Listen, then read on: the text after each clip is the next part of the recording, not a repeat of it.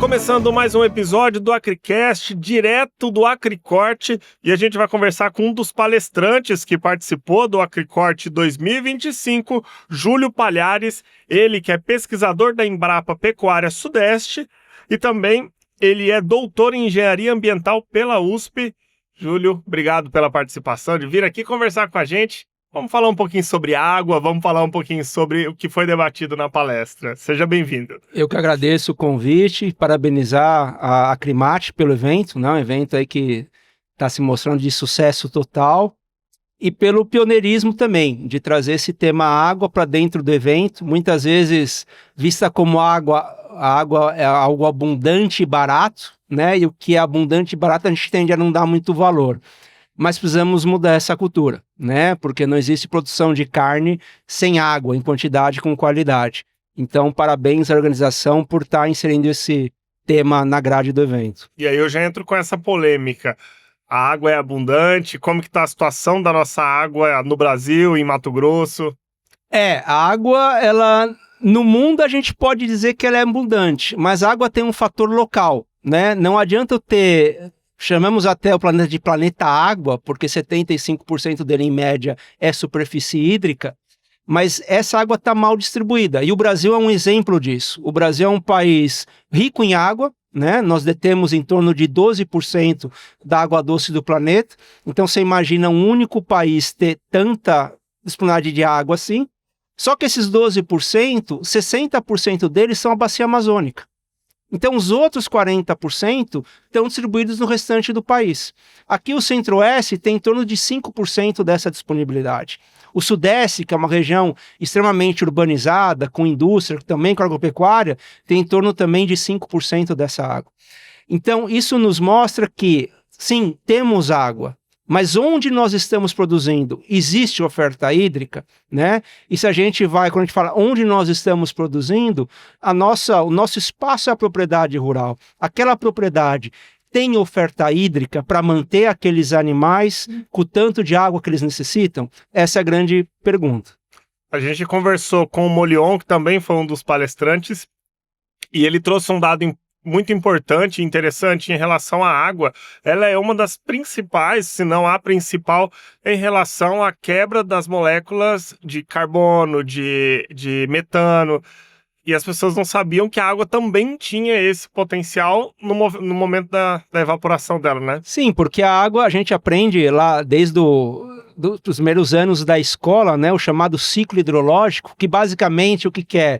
Evapora a água da superfície terrestre, essa água vai lá para cima, se transforma em nuvem e volta na forma de chuva. Então esse ciclo está acontecendo de forma perpétua e ele interage com os outros ciclos também. Nós temos o ciclo do carbono, nós temos o ciclo do nitrogênio, do fósforo. Todos esses ciclos, que a gente chama de ciclos biogeoquímicos do planeta, eles estão interagindo, né? Eles também, então se eles estão interagindo, eles podem impactar positivamente ou negativamente entre eles. E daí quando nós vemos, e no Brasil, infelizmente, isso está sendo cada vez mais comum, principalmente nas estações de seca, que antes durava 3, 4 meses, está passando a durar 5, 6 meses, porque a oferta hídrica, através do ciclo, está sendo menor. E não existe, né, a agricultura brasileira e a pecuária brasileira, ela é baseada na água da chuva. Então, se nós estivermos com alteração no regime hídrico do país, em termos de chuva, isso vai afetar diretamente o desempenho da agricultura.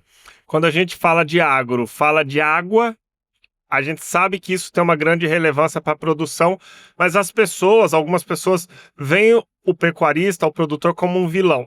E aí, assemelha isso com a água, faz um comparativo com a água, de que o pecuarista ele não cuida de nascente, ele não cuida dos rios.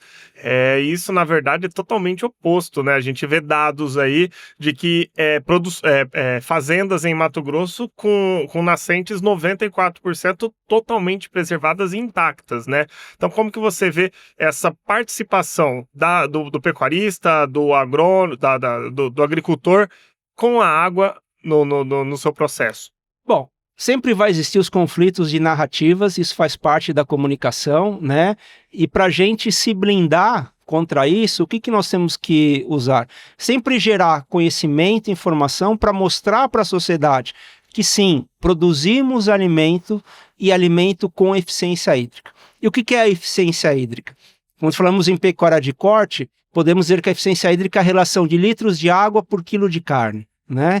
Então, o que nós temos que buscar? Produzir o mesmo quilo de carne com menor quantidade de água, ou seja, dar mais eficiência hídrica a essa atividade.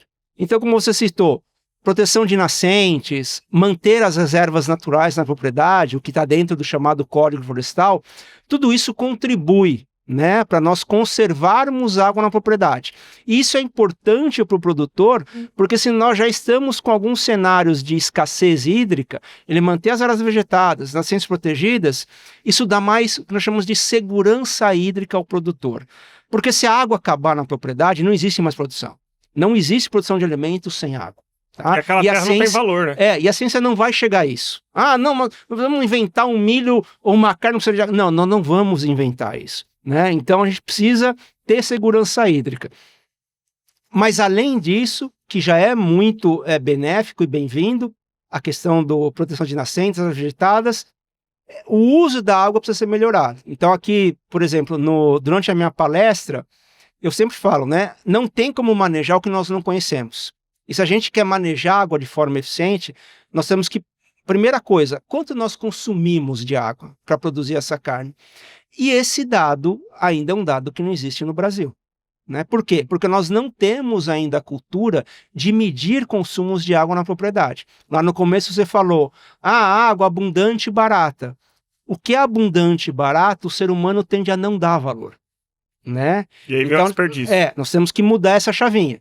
Então, eu até durante a minha palestra, eu questionei a plateia sobre quantas fazendas eles conheciam que tinham sistemas de medição de água, né, que estavam medindo o consumo.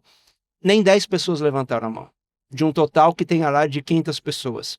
Então, essa coisa nós temos que começar a mudar, porque senão nós ficamos muito fragilizados perante aos discursos. Né? Porque se apontarem um dedo, mas vocês usam muita água, é um desperdício, e por causa disso nós não temos que reduzir o consumo de carne e por aí vai, que são os discursos.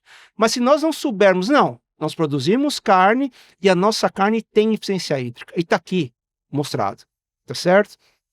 Esse tipo ainda de dado que nós não temos. E quem gera esse dado? A ciência pode ajudar nisso, a Embrapa, como as universidades, mas a ciência sozinha não consegue gerar isso, porque ela precisa da participação de produtores, de associações, de agroindústrias, todos precisam estar debruçados sobre isso, porque a gente precisa de uma série de dados para gerar esse tipo de eficiência. Então, é importante trazer essa discussão para eventos como esse, onde está toda a cadeia reunida, produtores, indústrias, governo, né, a ciência, para nós compartilharmos essa ideia e gerarmos esse conhecimento. Porque não existe discurso ou narrativa que seja maior do que fatos. E fatos cientificamente comprovados. Legal. E aí sobre esse desempenho ambiental, né? Hoje a gente vê o produtor, ele usa basicamente a água da chuva, né? Enquanto a gente fala do pecuarista, ele está usando a água da chuva. Se a gente fizer uma análise de alguns anos para cá, ou talvez uma análise futura, como que está o consumo de água? Apesar de você ter dito que não existe uma medição, né? Mas a gente consegue ver que não está afetando os recursos hídricos da região? O consumo de água, por exemplo, o consumo de água de um animal, por exemplo, é determinado por vários fatores, que nós vamos ver em 3 questões. O próprio animal, então um Nelore bebe diferente de um Angus, um animal de 100 quilos bebe diferente de um animal de 500 quilos, um animal que se exercita mais para chegar no bebedouro vai beber mais água do que um animal que se exercita menos. Esse é um fator, o aspecto animal. O outro fator é o aspecto, principalmente de nutrição. A dieta tem uma relação direta, né, com o consumo de água. Então, dietas mal formuladas, mal balanceadas, tendem a fazer com que o animal beba mais água. Ok? E daí tem as questões climáticas. Temperatura, umidade, velocidade de vento, tudo isso determina o consumo de água dos animais. Então, o que você me perguntou, estamos melhorando ou não? Se a gente pegar aqui, estamos aqui no meio da feira da Agricorte. A maioria dos estandes que tem aqui é de nutrição, vendendo nutrição de precisão, tá? A nutrição de precisão tem uma relação direta. Se eu nutrir de forma precisa, eu vou ter maior eficiência hídrica, porque o animal vai beber exatamente o que ele precisa, né? Porque a dieta vai estar balanceada para a exigência daquele animal. Então isso é muito bem-vindo. Então, se nós estamos evoluindo na nutrição, nós vamos, por tabela, evoluir também na questão hídrica. Questão climática. Se nós temos temperaturas mais desafiadoras, principalmente quando se fala em temperaturas mais altas, isso determina que o animal beba mais água. Então nós temos que se adaptar a essa condição. E como eu falei na palestra aqui, o que predomina aqui no Mato Grosso, o que é? É a raça Nelore, tá? Que é tida como raça rústica. Ah, Nelore aguenta tudo. Sim, mas não, se você der conforto para ele, ele responde. Então nós temos experimentos, né, na Embrapa que mostram que se eu oferecer sombreamento para esses animais, ele tem um melhor conforto térmico, e isso faz com que ele beba menos água no bebedouro, porque ele deixa de perder tanta água em termos de transpiração. Então é uma simples prática de manejo que, além de afetar hidricamente, afeta o bem-estar dos animais. Ele ter conforto térmico também impacta positivamente o desempenho dele. Ele vai ganhar mais peso, ele vai terminar mais cedo, porque ele está sendo produzido numa condição mais confortável. É que nem nós não estaríamos aqui se não fosse o ar-condicionado, né, em Cuiabá. Ia estar bebendo muita água. Ia estar bebendo muita água. Então estamos procurando conforto térmico. O animal segue a mesma regra. Pecuarista que participou da sua palestra ou está ouvindo o nosso podcast e ele falou assim, opa, peraí, eu nunca me atentei a essa questão da água, porque foi como você disse no começo, aquilo que é muito abundante e de graça, as pessoas não dão tanto valor. Então o pecuarista que ele está ouvindo agora e assistiu a sua palestra falou assim, eu quero mudar isso na minha propriedade. Onde que eu estou errando? Então o que ele tem que olhar? Onde que ele pode encontrar os gargalos principais ali do desperdício e talvez do consumo não eficiente? Para ele encontrar os gargalos do desperdício, o consumo eficiente, primeira coisa, medir o consumo. Né? Por animal ou por... Não, por animal, até é possível medir por animal, mas é muito caro. Existem equipamentos para isso já, mas eles são usados mais no âmbito da ciência. Né? Na propriedade rural, o que nós temos de mais acessível de transmissão é o hidrômetro, que é aquele aparelho que é um reloginho que tem a função de medir água. Né? Igual o de casa. Igual de casa que tem na cidade. Esse hidrômetro ele pode custar desde R$200, que é um hidrômetro de baixa vazão, que você vai instalar aí, por exemplo, num bebedouro ou numa rede de bebedouros, até hidrômetros que medem alta vazão, que é aquele que você vai colocar na boca de um poço ou um produtor que faça irrigação, que são hidrômetros de R$3 a R$4.000. Tá? Então, primeira coisa, medir. Mas não adianta medir só em um ponto, porque geralmente na propriedade você tem vários pontos de consumo. E se eu quero avaliar eficiência e desperdício, se eu ponho um hidrômetro só, eu não consigo enxergar os pontos. Então o ideal é que pelo menos você tenha hidrômetros instalados nos pontos de consumo. Então se eu tenho uma linha ali de cano que leva água para os meus bebedouros, então eu ponho um hidrômetro ali instalado, eu vou estar medindo o consumo de todos os bebedouros. O que eu tenho que saber? Quantos animais estão acessando aqueles bebedouros? Para eu ter uma relação litros de água por animal, tá? E eu vou saber o consumo. Ah, eu tenho um outro ponto que alimenta a casa da família, ou a casa dos colaboradores. Eu vou ter um hidrômetro ali para medir também o consumo dos humanos. É um consumo também. Um consumo também. Eu tenho um ponto que é a irrigação, que dentro do ambiente rural, se você tem irrigação, é o maior consumo de água sempre. Porque irrigar demanda muita água. Então, eu vou ter um ponto de irrigação. Fazendo esse Entraria os pivôs também? Também, eles vão estar dentro disso. Fazendo isso, eu vou gerar os meus dados, vou poder comparar com alguns dados que já existem e saber, peraí, mas se aqui a literatura está dizendo que um Nelore em terminação bebe 50 litros de água por dia, por que os meus estão bebendo 80? Tem alguma coisa aí entra aquela questão que você falou de... Aí entra as intervenções. Um pouco mais de ar. Minha nutrição está correta? Meus animais, existe uma relação direta também entre animais que estejam com algum problema de doença e consumo de água. Sanitariamente, está tudo correto ou não? Né? Os meus animais estão em conforto térmico? Então eu vou começar a medir, vi que eu estou acima, né? Então eu tenho que intervir. Tem alguma coisa no sistema que não está funcionando. Esse é um lado. O outro lado, que às vezes para o produtor não parece muito claro, mas que tem uma relação direta, é o solo. Porque o solo é uma grande caixa d'água. E todas as fontes de água aqui na propriedade, sejam lá superficiais ou subterrâneas, essa água passa pelo solo. Então, o bom manejo do solo, você manter um solo estruturado, com grande porcentagem de matéria orgânica, porque a matéria orgânica no solo funciona como uma esponja, ela retém água, né? Então, principalmente se eu entro num momento de seca e o meu solo tem mais matéria orgânica, tem mais água armazenada naquele solo, para aquela cultura vegetal desempenhar melhor, né? Então, aquela pastagem que está degradada, muitas vezes está degradada por falta de água, porque o manejo do solo não está o melhor possível, né?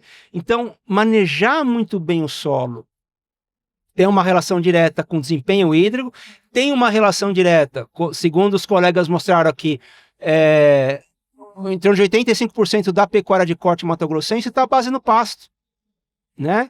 Então, existe uma relação direta entre o manejo do solo, uma oferta de pastagem de qualidade, um bom desempenho dos animais e uma eficiência hídrica. Porque um pasto de melhor qualidade determina não só o melhor desempenho do animal, mas também uma melhor eficiência hídrica. Porque o alimento também é uma fonte de água. Existem duas fontes de água para o animal. O bebedouro é a principal fonte. O alimento é uma outra fonte.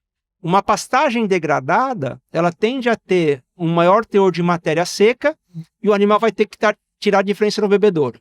Uma pastagem bem feita, ela vai estar muito mais suculenta, vamos dizer assim, para o animal. Então, aquilo é uma grande fonte de água também. Então, você deixa de consumir água das suas fontes. E tem o quê? Que eu falei lá no começo.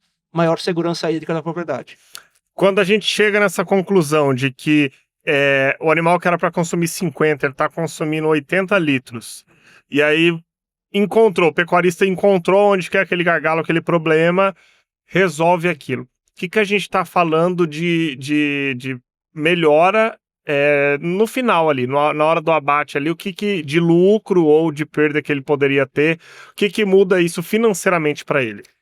Na hora do abate, infelizmente, hoje não vai mudar nada, porque ele não é remunerado por o animal ter uma maior ou menor eficiência hídrica.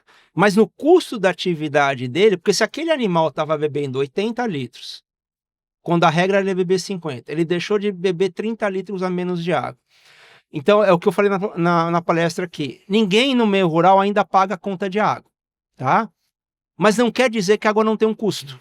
A água tem um custo. A água tem um custo de captação, porque nem sempre você consegue usar a gravidade, que é de graça. Para movimentar água, você precisa de bombas, e bomba é energia elétrica. A água tem um custo de distribuição, que é cano, que é bebedouro, manutenção dessa rede de distribuição, tá? Então, se você deixou de consumir 30 litros de água, você deixou de consumir menos energia elétrica para aumentar essa água, você deu mais vida útil a toda a tua rede de distribuição, armazenamento de água, porque é menos água correndo pelaquela rede, então é menos custo de manutenção.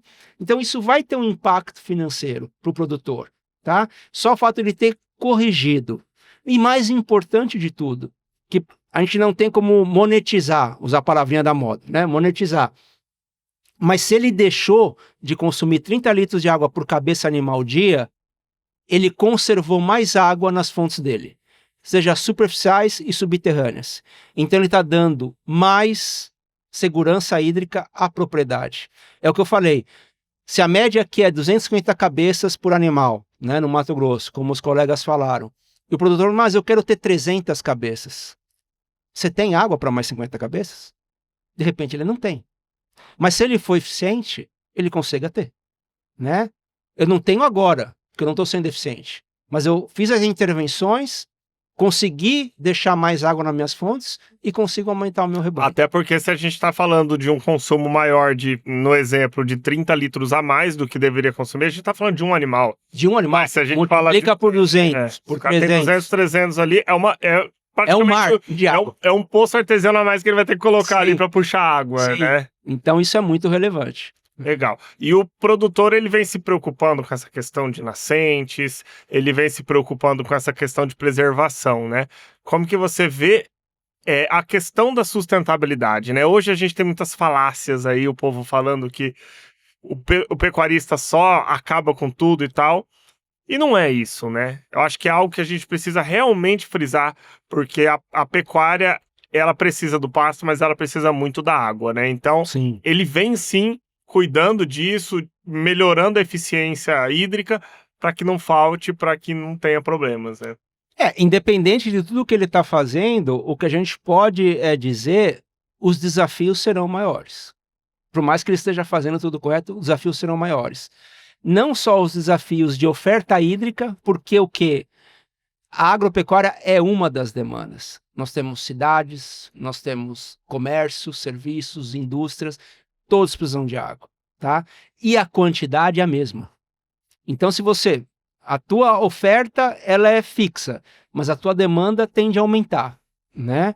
Então, você tem que ter mais eficiência para não começar a ter conflitos pelo uso. O que já acontece no Brasil e no mundo, conflitos pelo uso da água. Somente países que são extremamente carentes na água, tá? Então, esse é um desafio. A questão do desafio climático é um outro grande desafio, né? Se nós temos o regime de chuvas alterando, estações quentes com médias mais altas e tal, tudo isso interfere na demanda hídrica da propriedade, né? Então, independente do que está sendo falado ou dito, o produtor no dia a dia dele, ele tem que ter, eu tenho que ser cada vez mais, já fiz, mas tenho que fazer mais ainda, né? Se eu quiser continuar aqui com segurança hídrica. Legal, Júlio, a gente quer agradecer a sua participação. É muito bom falar sobre isso, é importante falar sobre isso. Eu acho que o que mais chama a atenção foi realmente a conversa inicial que a gente teve, que o que é de graça e o que a gente acredita ser abundante, as pessoas não dão valor. E a nossa água não está sendo tão abundante assim, a gente precisa respeitar ela, né? Sim, precisa, porque ela por mais que na cabeça esteja, a água nunca vai acabar, não, ela é um recurso finito, tá? E ela pode acabar tanto em volume, que é mais o que a gente tem na cabeça, não, vai secar o poço, vai secar a nascente. Mas às vezes você tem o poço, tem a nascente, mas ela pode acabar em qualidade, porque ela está tão depreciada em qualidade que o custo do tratamento não é viável. E daí você praticamente perdeu aquela fonte, né? Então ela tem esses dois vieses. Tanto a quantidade como a qualidade tem que ser conservadas para a gente tenha sempre os dois. Perfeito. Obrigado pela participação e a Acrimate continua de portas abertas para o que precisar, Júlio. Eu que agradeço a oportunidade da Embrapa estar vindo aqui compartilhando conhecimento, né? E vamos seguir juntos nesse desafio hídrico aí. E o pecuarista mede o consumo, porque às vezes vai ter um custo de 5 mil ali para fazer uma medição, mas isso reverte. Mas não vai chegar nesse custo, fica tranquilo, é menos do que isso. E vai dar para ele uma informação muito importante. Legal. Tá? E para você que acompanhou o nosso episódio até aqui, siga as redes sociais da Acrimate, acompanhe no YouTube os episódios que já foram no ar e os próximos que virão no nosso Acricast.